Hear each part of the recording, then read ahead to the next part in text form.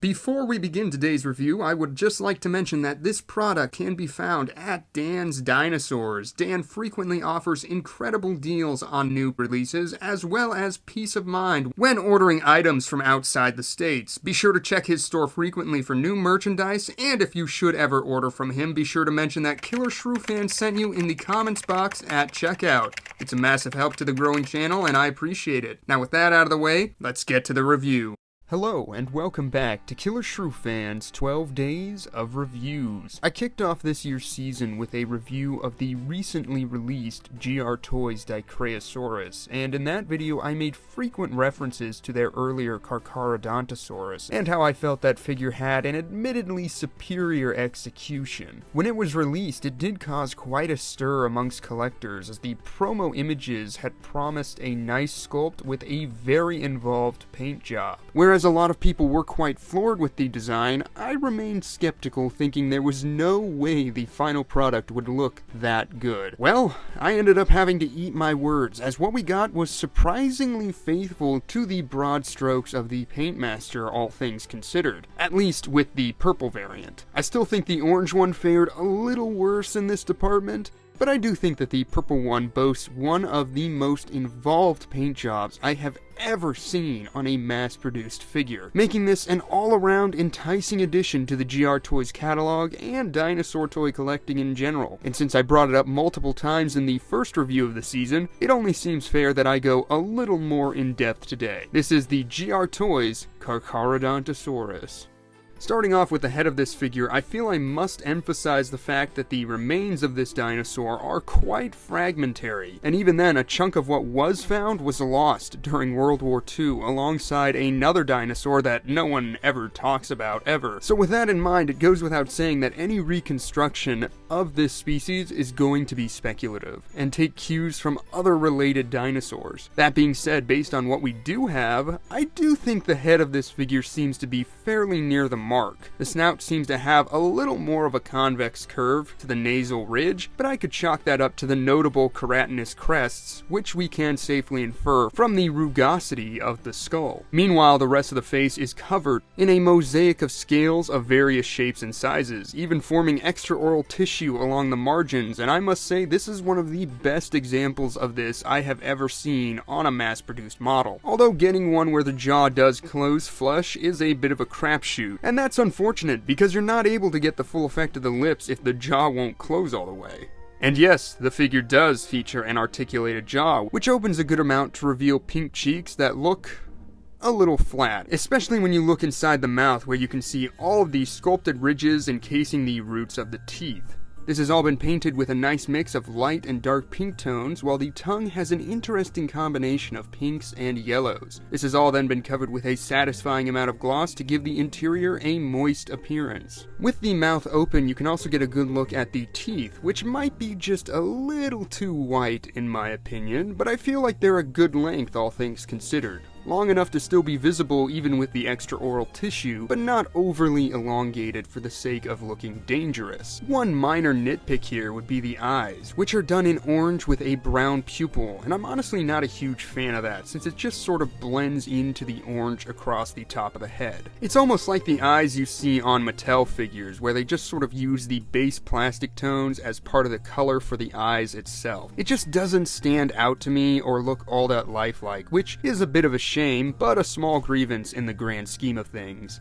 And that's the head of the Carcharodontosaurus. A lot of great sculpt work up here for sure, and the rest of the body is just as impressive. The neck is chock full of fine wrinkles gathering above the throat, as well as folds of skin forming with the slight curvature. You can also see very fine scales cropping up between the folds, and even some raised ornamental scales along the back of the neck. There's a very pleasing area of bunching up skin just before the shoulder blade, and once you hit the midsection you can see more areas of sagging skin down around the gut, as well as pulling tension lines stretching away from the torso with the bracing thigh. The dorsum is slightly raised, something we see in other members of Carcharodontosauridae, most notably in species like Acrocanthosaurus, but this feels more in line with the raised spine of Giganotosaurus. I will say I like the distribution of scales across the entire figure here. The head, midsection, and tail feature larger scales, with the most prominent adorning the dorsal region and shrinking as you move down the flanks. Meanwhile, the neck features much finer scale detail, and as you move down the appendages, you can see them shrink in size the further we get from the main body. The opposite side of the animal features much the same detail work, although here we see the thigh pushing skin up against the torso while creating pulling wrinkles at the base of the tail with the motion of the forward stride. The tail itself sweeps up behind the animal with a slight downward curve towards the tip, giving it a gracile appearance while also providing balance.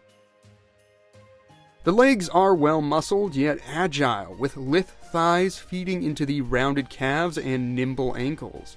The feet then have the usual tarsal scoots, and I'm a big fan of how the skin folds in on itself with the flex of the toes on the right foot of the figure, and also just how it sags down over the left foot, which helps sell the weight of the animal as it settles onto the ground. Now, unfortunately, you have got two rather noticeable seam lines here just above the kneecaps, but I've certainly seen much worse, and the sheer amount of paint does at least distract from that. The arms have a similar issue where they attach to the torso, but thanks to the movement of the skin here, it's much less noticeable. And speaking on the arms, they are short as one would expect with a large carnivore, and bear 3 digits complete with black claws, and as a more general note on the limbs, this Carchar does have that nice dark gradient that transitions up to the more colorful body, which is a design choice I always find appealing. If we track along the underbelly, you can see more variety in scale detail, with larger scales adorning the lower mandible above all those skin folds in the neck, and then more fine and uniform scales covering the pectorals and underbelly. And here's a look along the dorsal region where you can see the larger rectangular scales covering the back.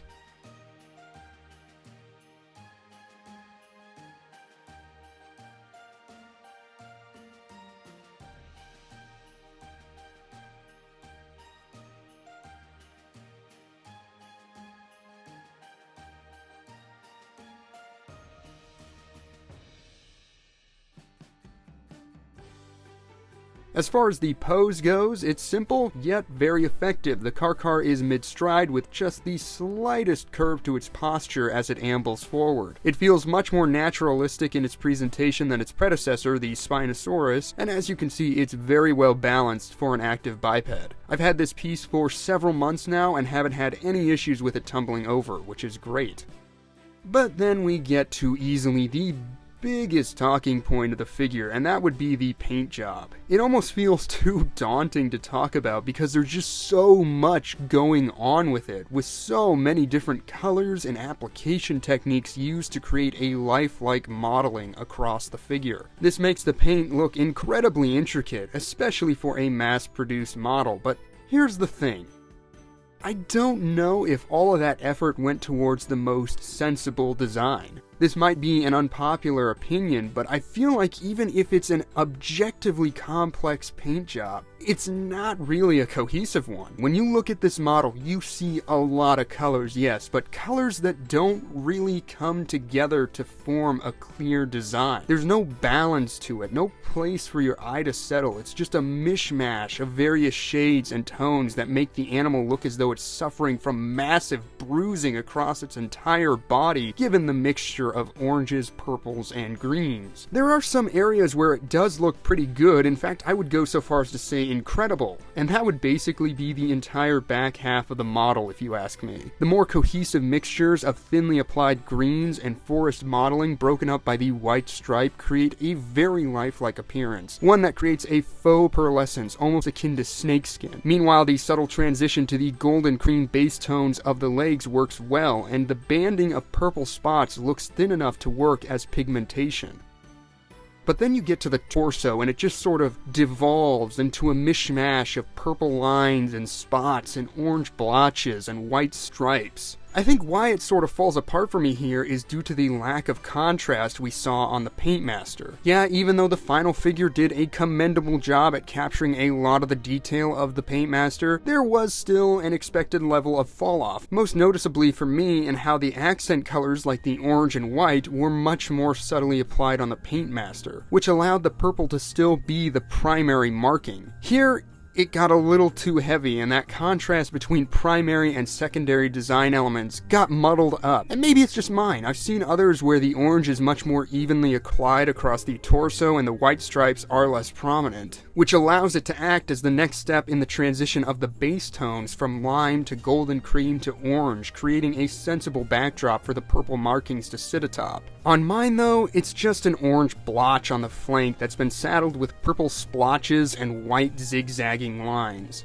Admittedly, the orange version does have a much more straightforward design to it, but I do think the application on the final product of that one suffered even more, so it's kind of pick your poison with the paint here. Still, all of that being said, I do think this figure is worth applauding for the sheer ambition with the color scheme and commitment to recapturing as much detail as possible from that paint master. I feel like this amount of colors and layers was unheard of on affordable models before this figure. I just wish they had put that effort into a more cohesive design. I mean, just think if PNSO put this much effort into recreating the more straightforward designs of their paint masters on the final product. That'd be awesome. And if it can be done for such an off-the-wall color scheme like this, I think it can be done on more conservative paint schemes as well. So yeah, those are my thoughts on the color of this thing. Impressive, if a little too busy. As for the size of the model, it comes in at an impressive 14 inches, give or take, or roughly 36 centimeters, and stands just over 5 inches tall, or right around 13 centimeters off the ground.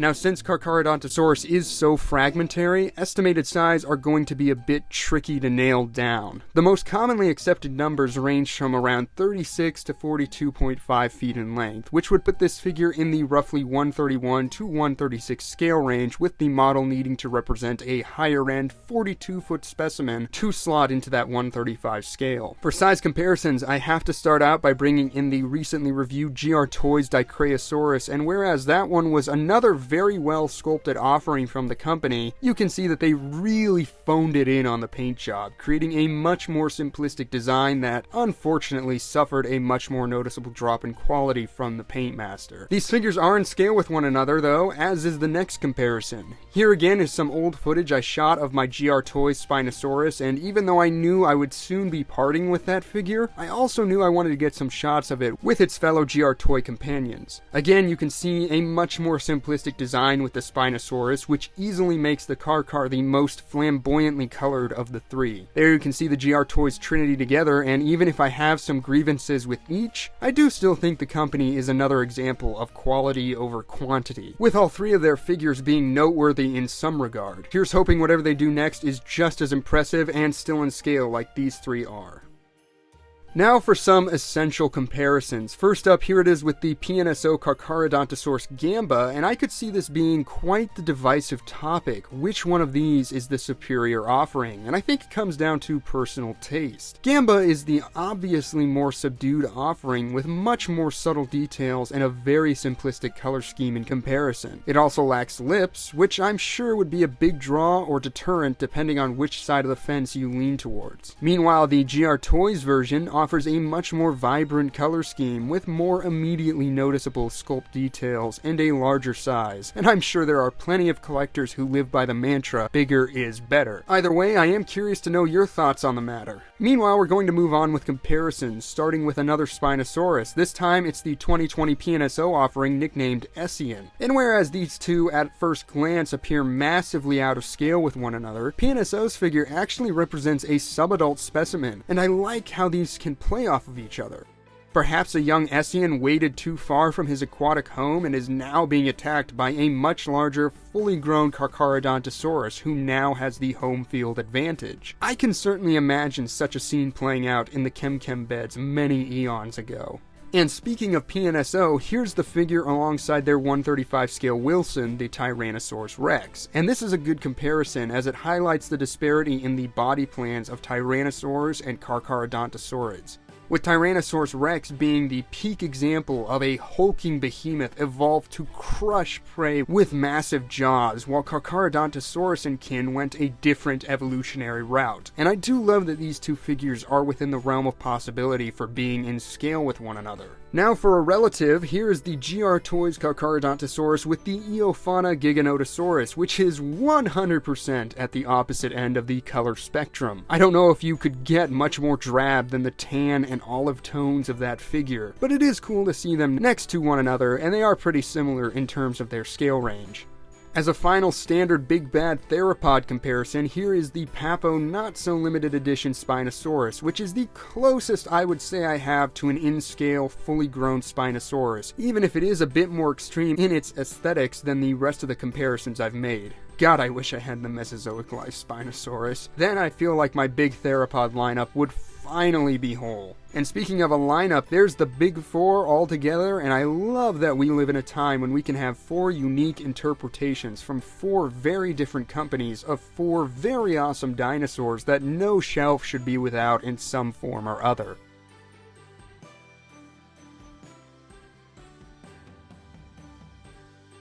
And just for the heck of it for you Mattel fans, here it is alongside the Dino Escape Mega Destroyers Carcharodontosaurus, the blue variant. And that was the GR Toys Carcharodontosaurus. Overall, a milestone figure in my eyes. Not only does it show great sculpt work with an emphasis on being as scientifically accurate as possible for such a fragmentary species, but the complex paint scheme also shows that this level of paint detail can be done on mass-produced models. Does it have a solid color design? Not really. Is it practical? Maybe not. Maybe that's why we saw them walk it back on the later released Flame variant and following Dicraeosaurus models. But it still set a high water mark that I would love to see other companies strive for. Even if it's far from perfect, I'd still say in its own way, it's dynamite.